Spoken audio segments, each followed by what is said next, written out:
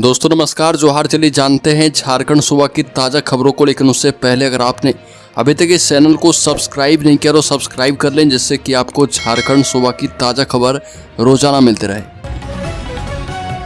सबसे पहले एक बार बिहार का 1 लाख का इनामी नक्सली पलामू में गिरफ्तार किया गया। 10 साल से फरार नक्सली लेवी वसूली के लिए आया था। पलामू पुलिस ने बिहार के 1 लाख रुपए के इनामी टीएसपीसी नक्सली जीवलाल यादव को गिरफ्तार किया है। जीवलाल यादव उर्फ रमेश यादव उर्फ सुभाष यादव 53 वर्षीय है और वह बिहार के गया जिले के भदवर थाना क्षेत्र का रहने वाला है। नक्सली के खिलाफ बिहार के गया और औरंगाबाद के 4 मामले और झारखंड के पलामू में 1 मामला दर्ज है।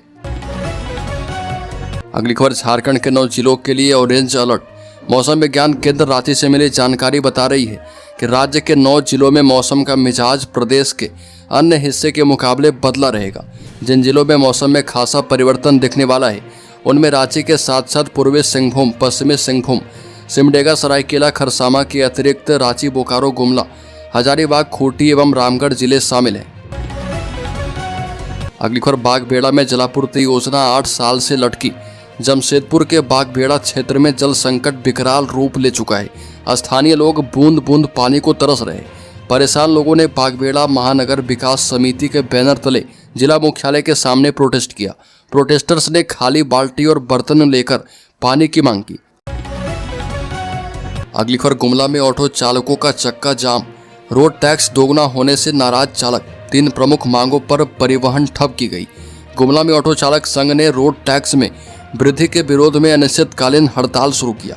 चालकों ने सिसई रोड, जसपुर रोड और लोहरदगा रोड पर चक्का जाम किया। सिसई रोड ऑटो यूनियन और करौंदी रथ बगीचा के बैनर तले चालकों ने अपने वाहन करमाडीपा और रथ बगीचे में खड़ा कर दिया। अगली खबर जमशेदपुर में एनकाउंटर मामले में AK-47 की तलाश कार्रवाई समेत बड़े हथियारों का जखीरा था अनुज के पास। जमशेदपुर में बीते शनिवार देर रात अनुज कनौजिया के एनकाउंटर के बाद उसका AK-47 बरामद करने के लिए यूपी STF एवं झारखंड ATS टीम लगातार छापेमारी कर रही है। टीम ने सरायकेला में सरफुद्दीन के घर छापेमारी की, हालांकि वहां पर कुछ हाथ नहीं लगा। सरफुद्दीन भी फरार था। यूपी STF अनुज को पनाह देने के आरोपी शशि शेखर उर्फ चिंटू सिंह और राहुल सिंह राजपूत को लेकर कई जगहों पर छापेमारी कर रही है। अगली खबर लातेहार में पुलिस को बड़ी कामयाबी। मुंशी हत्याकांड का मुख्य आरोपी समेत JSJMM के 2 उग्रवादी गिरफ्तार।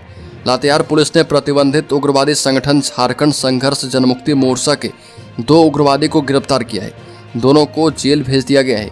उनके पास से 2 सिंगल शॉट देसी राइफल, 8 mm की 2 जिंदा कारतूस, 1 खोखा कारतूस, मोबाइल और संगठन का पर्चा बरामद किया गया है। गिरफ्तार उग्रवादियों में चंदवा के बुलही निवासी प्रदीप सिंह उर्फ प्रदीप गंजू भी शामिल है।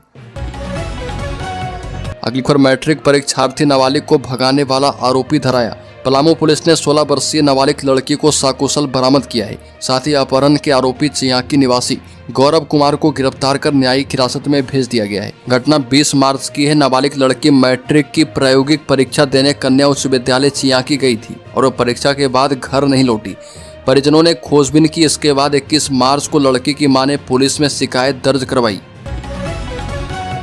अगली खबर चक्रधरपुर में अवैध बालू परिवहन पर कार्रवाई। SDO ने पीछा कर 2 ट्रैक्टर और 1 हाईवा किया जब्त। थाने को सौंपा। बता दें कि पश्चिमी सिंहभूम के उपायुक्त के निर्देश पर अवैध बालू परिवहन को रोकने के लिए बड़ी कार्रवाई की गई। पोड़ाहाट चक्रधरपुर की SDO श्रुति राज लक्ष्मी ने सुबह चक्रधरपुर सोनुआ कोइलकेरा मुख्य मार्ग पर जांच अभियान चलाया। अगली खबर टाटा से खुलने वाली बरकाकना समेत आधा दर्जन ट्रेनें रद्द। टाटा हटिया एक्सप्रेस भी शामिल विकास कार्य के लिए रेलवे ने जारी की सूचना।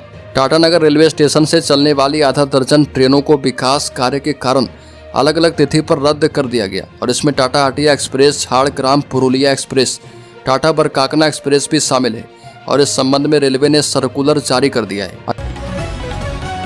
अगली खबर बासंती पूजा में महिला ढाकी दल का जलवा।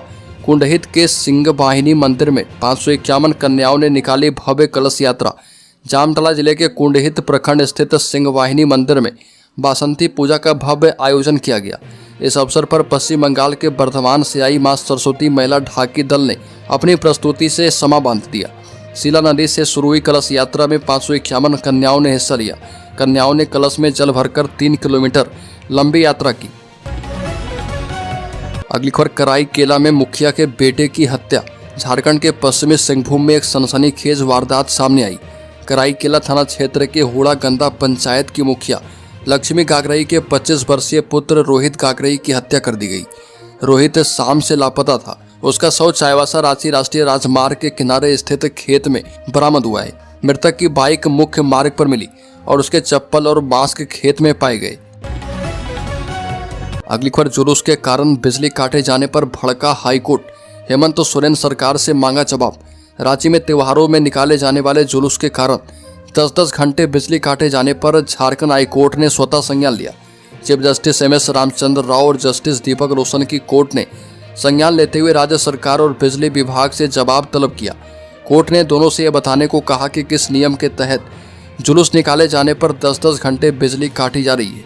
बिजली काटे जाने के बाद आम लोगों को जो परेशानी होती है उससे निजात दिलाने के लिए क्या वैकल्पिक उपाय किए जाते हैं। कोर्ट ने सभी बिंदुओं पर 9 अप्रैल तक जवाब दाखिल करने का निर्देश दिया है। अगली खबर, पाकुड़ में एएनएम के घर से दिनदहाड़े चोरी। बेटी की शादी के लिए रखे 10 लाख के गहने और नकदी लेकर गए चोर। पूर्व किराएदार पर शक। पाकुड़ नगर थाना क्षेत्र में एक बार फिर से दिनदहाड़े चोरी की घटना घटी है। इस बार चोरों ने स्वास्थ्य विभाग में कार्यरत एक एएनएम के शहर कोल स्थित घर को निशाना बनाया।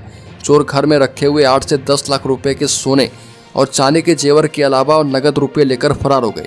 घटना की जानकारी ड्यूटी से घर आने के बाद एएनएम को हुई और उन्होंने इसकी सूचना नगर थाने को दिया। अगली खबर, साहिबगंज में दामाद ने ससुर का किया मर्डर। बता दें कि साहिबगंज जिरबा बावड़ी थाना क्षेत्र के अंजुमन नगर में घरेलू विवाद में दामाद ने ससुर की हत्या कर दी। घटना बुधवार की आधी रात की है। मिली जानकारी के मुताबिक मृतक मोहम्मद असलम की बेटी की शादी 2 साल पहले जमालपुर मुंगेर निवासी मोहम्मद अब्दुल से हुई थी और दोनों परिवारों के बीच लंबे समय से विवाद चल रहा था। अगली खबर, 8 अप्रैल को झारखंड कैबिनेट की बैठक। कई अहम प्रस्ताव पर लगेगी मुहर। बता दें कि झारखंड के मुख्यमंत्री हेमंत सोरेन की अध्यक्षता में 8 अप्रैल 2025 को कैबिनेट की बैठक बुलाई गई है और 25 मार्च 2025 को ही झारखंड कैबिनेट की बैठक में मैया सम्मान योजना के सभी लाभुकों को राशि भेजने का निर्णय किया गया था। आधार कार्ड के बैंक अकाउंट से लिंक नहीं रहने पर भी लाभुकों को 3 माह की राशि 7500 रुपये भुगतान करने के प्रस्ताव को मंजूरी दी गई थी। आधार नंबर के बैंक खाता से लिंक नहीं होने के कारण शुरुआत में केवल 38 लाख लाभुकों को योजना के पैसे भेजे गए। अगली खबर, झारखंड में निवेश को बढ़ावा देने की कवायद। मुख्यमंत्री पुर्तगाल, स्वीडन एवं स्पेन का करेंगे दौरा। राज्य सरकार ने झारखंड में निवेश को बढ़ावा देने की कवायद शुरू कर दी है और इस क्रम में मुख्यमंत्री हेमंत सोरेन 19 अप्रैल से 26 अप्रैल तक पुर्तगाल, स्वीडन और स्पेन का दौरा करेंगे और इसके लिए राज्य सरकार ने विदेश मंत्रालय से पॉलिटिकल क्लियरेंस की मांग की है, जो जल्द ही मिलने की उम्मीद है। ये दौरा झारखंड में रोजगार के अवसर पैदा करने और पूंजी निवेश को बढ़ावा देने के लिए एक महत्वपूर्ण कदम है। अगली खबर, कुर्मियों का 2 दिवसीय सेमिनार 12 एवं 13 को सिल्ली में। समन्वय समिति की ओर से आगामी 12 अप्रैल एवं 13 अप्रैल को विलेज रिसोर्ट सुलम चूड़ी सिल्ली झारखंड में 2 दिवसीय सेमिनार का आयोजन किया गया है। समन्वय समिति के केंद्रीय प्रवक्ता शशिभूषण महतो ने बताया कि इस सेमिनार में पश्चिम बंगाल, ओडिशा, झारखंड एवं आसाम के कुर्मी समाज के प्रतिनिधि शामिल होंगे। कुर्मी जाति को अनुसूचित जनजाति के सूची में शामिल करने, आबादी के आधार पर अनुसूचित क्षेत्र का पुनर्गठन करने एवं कुड़माली भाषा को संविधान की 8वीं अनुसूची में शामिल करने के विषय पर सेमिनार में चर्चा की जाएगी। अगली खबर, झारखंड में जल संकट, भीषण गर्मी से निपटने के लिए सरकार को करना होगा बड़ा काम। लोगों की प्यास बुझाने के लिए पेयजल स्वच्छता विभाग ने आबादी वाले क्षेत्र में जो हैंडपंप लगाए हैं उनमें से 52,274 खराब पड़े हैंडपंप को ठीक करना होगा और इनमें से ज़्यादातर में सामान्य खराबी है, लेकिन कारीगरों की कमी की वजह से इनकी मरम्मत नहीं हो पा रही है। राज्य के ज़्यादातर हिस्सों में गर्मी के मौसम में कुएं सूख जाते हैं और पेयजल के लिए हैंडपंप पर ही निर्भरता रहती है। पेयजल स्वच्छता विभाग के मुताबिक राज्य भर में 2,18,114 हैंडपंप लगाए गए हैं और इनमें से 1,65,732 काम कर रहे हैं। अगली खबर, नेता प्रतिपक्ष बाबूलाल मरांडी ने कहा कि राज्य में कोई ठोस कार्य नहीं दिखता जिससे सार्थक परिवर्तन आया हो। नेता प्रतिपक्ष बाबूलाल मरांडी ने कहा कि हेमंत सोरेन को झारखंड की जनता ने दूसरी बार मुख्यमंत्री बनने का अवसर दिया, लेकिन उनके दूसरे कार्यकाल में अब तक 100 दिन से ज़्यादा होने के बाद भी राज्य में ऐसा कोई ठोस कार्य नहीं दिखता जिससे जनता के जीवन में सार्थक परिवर्तन आया हो। उन्होंने ना तो कोई दूरदर्शी नीति प्रस्तुत की और ना ही विकास के लिए कोई गंभीर प्रयास किया है। अगली खबर, रघुवर दास ने कहा कि झारखंड मुक्ति मोर्चा का आदिवासी विरोधी रुख वक्फ संशोधन विधेयक के खिलाफ मतदान से साबित हो गया। झारखंड के पूर्व मुख्यमंत्री रघुवर दास ने सत्तारूढ़ झारखंड मुक्ति मोर्चा पर आरोप लगाया कि वक्फ विधेयक 2025 के खिलाफ मतदान करके उसने आदिवासी विरोधी रुख अपनाया। भारतीय जनता पार्टी के वरिष्ठ नेता दास ने यहां पर एक सम्मेलन में कहा कि झारखंड मुक्ति मोर्चा का आदिवासी विरोधी दृष्टिकोण तब स्पष्ट हो गया जब उसने वक्फ विधेयक का विरोध किया और लोकसभा में इसके खिलाफ मतदान किया। उन्होंने दावा किया कि विधेयक के कानून बनने के बाद जनजातीय भूमि, जनजातीय संस्कृति और संवैधानिक प्रावधानों की रक्षा करने में मदद मिलेगी। अगली खबर, झारखंड के शेयर होल्डर्स इन्वेस्टर्स के लिए सेंसेक्स 322 अंक गिरकर 76,295 पर बंद। शेयर बाजार में 3 अप्रैल को गिरावट दर्ज की गई। सेंसेक्स 322 अंक की गिरावट के साथ 76,295 के स्तर पर बंद हुआ। वहीं निफ्टी में भी 82 अंक की गिरावट दर्ज की गई। ये 23,250 के स्तर पर बंद हुआ। सेंसेक्स के 30 शेयर में से 18 में गिरावट और 12 में तेजी दर्ज की गई।